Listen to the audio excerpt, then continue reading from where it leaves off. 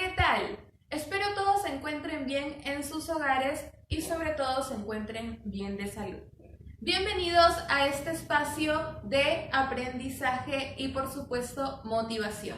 El día de hoy tendremos un tema muy interesante, el cual espero les ayude tanto como me ayudó a mí. Así que les recomiendo que se queden hasta el final del video.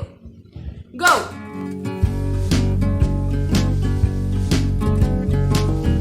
En estos últimos meses les quería comentar que tenía una reacción extraña o me hace sentir extraña y al mismo tiempo me hace sentir, o mejor dicho, me hace retroceder. Me hace sentir así como que paralizada, incapaz de hacer algo. Obviamente que en determinados momentos. Esta reacción me llevó a pensar qué es lo que estoy sintiendo. Y pues les cuento que esto es lo que nos suele suceder a las personas que no desarrollamos o no hemos desarrollado lamentablemente suficientemente nuestra inteligencia emocional. Pues no sabemos qué es lo que estamos sintiendo y también se nos dificulta darle un nombre a lo que sentimos. Una de mis formas de darle o de saber qué es lo que estoy sintiendo básicamente es expresarlo a través de palabras, ¿no? Así que en una de esas charlas que tenía con una persona de confianza, dije, tengo miedo. Y pues en realidad es ahí donde nació el título del video, porque, o mejor dicho, el tema del video, porque el tema iba a ser otro. Así me siento mucho más cómoda haciendo este tema porque es lo que estaba sintiendo en ese momento. Así que les aseguro que este video es mucho más abierto, es mucho más personal y transparente. Obviamente que esta pregunta de qué es lo que estoy sintiendo me llevó a otra, ¿no? Después de que dije tengo miedo. Y esta pregunta era, ¿en realidad lo que siento es miedo? Bueno, en este video vamos a ver qué es el miedo y qué es lo que puede hacer. Así vamos a ver si es que en realidad lo que sentía yo era miedo y al mismo tiempo ustedes pueden saber si es que están sintiendo miedo en determinadas situaciones de su vida.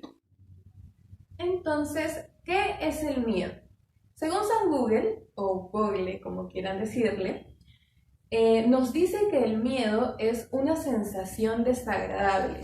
La RAE lo define como una sensación de angustia, ¿no? Que es más o menos un estado de aflicción, de preocupación, por así decirlo.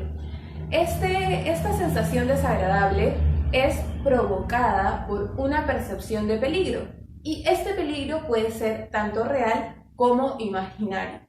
El miedo imaginario está muy relacionado a la ansiedad también y pues este es justamente el que me estaba pasando a mí, con el que me identifico, porque este miedo venía de mis pensamientos y venía de, generalmente, como digo, ideas negativas, ¿no? Cuando la amígdala cerebral se activa,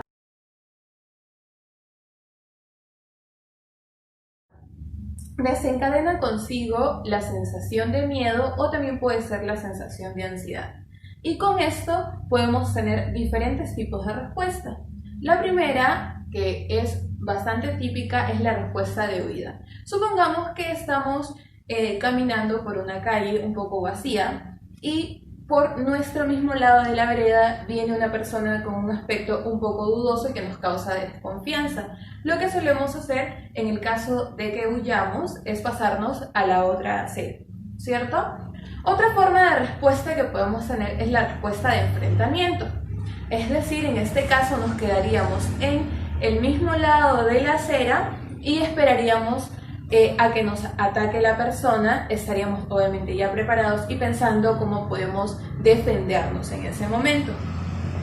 Otra respuesta puede ser la de paralización, es decir, en este caso nos quedaríamos quietos en el lado de la acera que estamos sin hacer nada debido al miedo que sentimos. En el caso del miedo imaginario, el miedo que proviene de nuestra mente, de nuestras ideas, las formas de respuesta que tenemos frente al miedo suele ser generalmente una, ignorarlo, es decir, dejamos de pensar esas ideas y simplemente seguimos haciendo las cosas. Sin embargo, podemos correr el riesgo de que estas ideas vuelvan a aparecer y pues nos vuelvan a causar sensaciones desagradables. También nos puede paralizar o, como yo les mencioné, nos puede hacer retroceder, es decir, va a evitar que nosotros realicemos lo que queremos hacer, ¿no? Debido a este miedo, nos paraliza y no nos deja avanzar. Y una respuesta positiva, que ya esa sería una forma adecuada de afrontar el miedo, es hacer lo que teníamos que hacer sin dejarnos llevar por las ideas y pensamientos negativos que nos haya podido ocurrir en determinados momentos. Ya hemos visto las respuestas conductuales que podemos tener frente al miedo, pero también al mismo tiempo tenemos cambios fisiológicos, por supuesto, por dentro de nuestro cuerpo. Cuando tenemos miedo, el sistema inmunitario se detiene y la sangre empieza a fluir hacia nuestros músculos mayores de forma rápida, para así transportar hormonas como la adrenalina, que conocemos bastante. Al mismo tiempo, tenemos cambios faciales, ¿no? En nuestro rostro, los ojos se suelen agrandar para así facilitar nuestra visión. Nos concentramos mucho cuando tenemos miedo. Al mismo tiempo, las pupilas se dilatan para facilitar la admisión de luz y nuestros labios se separan y también suelen alargarse. Es como si en ese momento tuviéramos superpoderes. Como han escuchado, es así que el miedo nos causa esta sensación desagradable de preocupación y angustia. Al mismo tiempo, han oído que el miedo hace que nuestro sistema inmune se paralice. Esto quiere decir que nuestras defensas van a bajar y vamos a tener mayor predisposición a adquirir alguna enfermedad que puede ser de tipo mental o físico. Y generalmente físico, pues ahora en estos momentos estamos atravesando por una pandemia. Por eso tenemos que protegernos, no solamente con nuestra mascarilla o nuestro protector facial y teniendo los cuidados y la limpieza necesaria, sino también protegernos emocionalmente. En conclusión, el miedo nos paraliza, nos bloquea también emocionalmente y no nos deja disfrutar de los pequeños y grandes placeres de la vida. ¿Y ustedes? ¿Cuántas veces han dejado de hacer algo por miedo? Ahora veamos cuáles son los miedos más comunes. Los miedos de tipo real más comunes son los relacionados a los miedos ancestrales, y estos generalmente es cuando le tenemos temor a algún animal. ¿Qué persona no le tiene miedo a algún tipo de animal? ¿No? La mayoría de nosotros, los seres humanos, le tememos al menos a algún animal. Pero ahora nos vamos a enfocar en los miedos de tipo imaginario. Les voy a mencionar 5 de ellos de forma breve para entrar en contexto. El primer miedo común que vamos a ver es el miedo a la incertidumbre o a lo desconocido. Este miedo está relacionado con estas situaciones en las que, por ejemplo, los padres nos dicen, hijo, tenemos que hablar, ¿no? O hija, tenemos que hablar. Y pues nos dicen que esta conversación se va a dar más tarde o se va a dar mañana u otro día. Sin embargo, no nos dicen de qué vamos a hablar. Es ahí cuando nosotros empezamos a pensar qué cosas posiblemente vayamos a hablar con nuestros padres, de repente nos van a regañar, etcétera, ¿no? Siempre nuestras ideas van para lo negativo generalmente. Y pues empezamos a sentir temor, incluso pánico, ansiedad, como si hubiésemos hecho algo malo, ¿no? Este es el miedo a la incertidumbre o a lo desconocido. Como segundo miedo tenemos el miedo a perder nuestra autonomía, ¿no? Este miedo tiene que ver con nuestra identidad, con nuestra personalidad. Tenemos miedo a perder también nuestra libertad. Generalmente las personas solemos tener este miedo de dejar de ser nosotros mismos, ¿no? Y es ahí cuando reaccionamos de diferentes formas que muchas veces son de forma inadecuada, ¿no? Para no perder nuestro yo, por así decirlo. Como tercer miedo tenemos el miedo al fracaso. Esto tiene que ver mucho con nuestras expectativas, nuestras metas. Cuando nosotros nos ponemos objetivos y sentimos que no los hemos cumplido o que no hemos alcanzado la autorrealización que deberíamos alcanzar. Hoy en día la sociedad pone muchos esquemas de cómo deberíamos hacer y para ser exitosos, mejor dicho, ¿no? Para alcanzar la felicidad. Y pues esto, al no alcanzar esto que la sociedad pone, nos sentimos fracasados, ¿no? Como cuarto miedo está el miedo a la soledad. Bueno, nosotros somos seres sociales y necesitamos justamente redundando de la socialización. Necesitamos comunicarnos con otras personas, tener contacto con otras personas, que bueno, en estos tiempos está siendo muy difícil, pero tenemos que buscar diferentes medios para no estar solos. Pues el hecho de conversar con otras personas, de saber de otras personas, nos ayuda a afrontar de mejor manera las situaciones difíciles que estamos atravesando. Este miedo se da también mucho en las relaciones de pareja, ¿no? La persona tiene miedo a sentirse sola, por lo tanto, no termina alguna relación. Y es ahí cuando empieza también la dependencia, ¿no? Hacia la otra persona. Así que tenemos que tener mucho cuidado. Y por último tenemos el miedo a la muerte. Este miedo lo tiene la mayoría de personas, pues se considera que cuando uno muere va a desaparecer para siempre.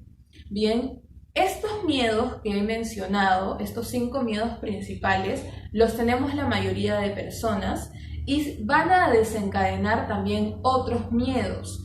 Por ejemplo, en el caso del miedo a la muerte, hoy en día muchos jóvenes tienen estos miedos conocidos como miedos existenciales, ¿no? ¿Por qué? Porque piensan, ¿para qué he nacido si al final voy a morir y voy a desaparecer para siempre? Entonces no le encuentran un sentido a la vida, no le encuentran un motivo por el cual vivir, ¿no? Y pues esto viene lógicamente de nuestros pensamientos y de que no nos han formado adecuadamente para conocer nuestro sentido de vida.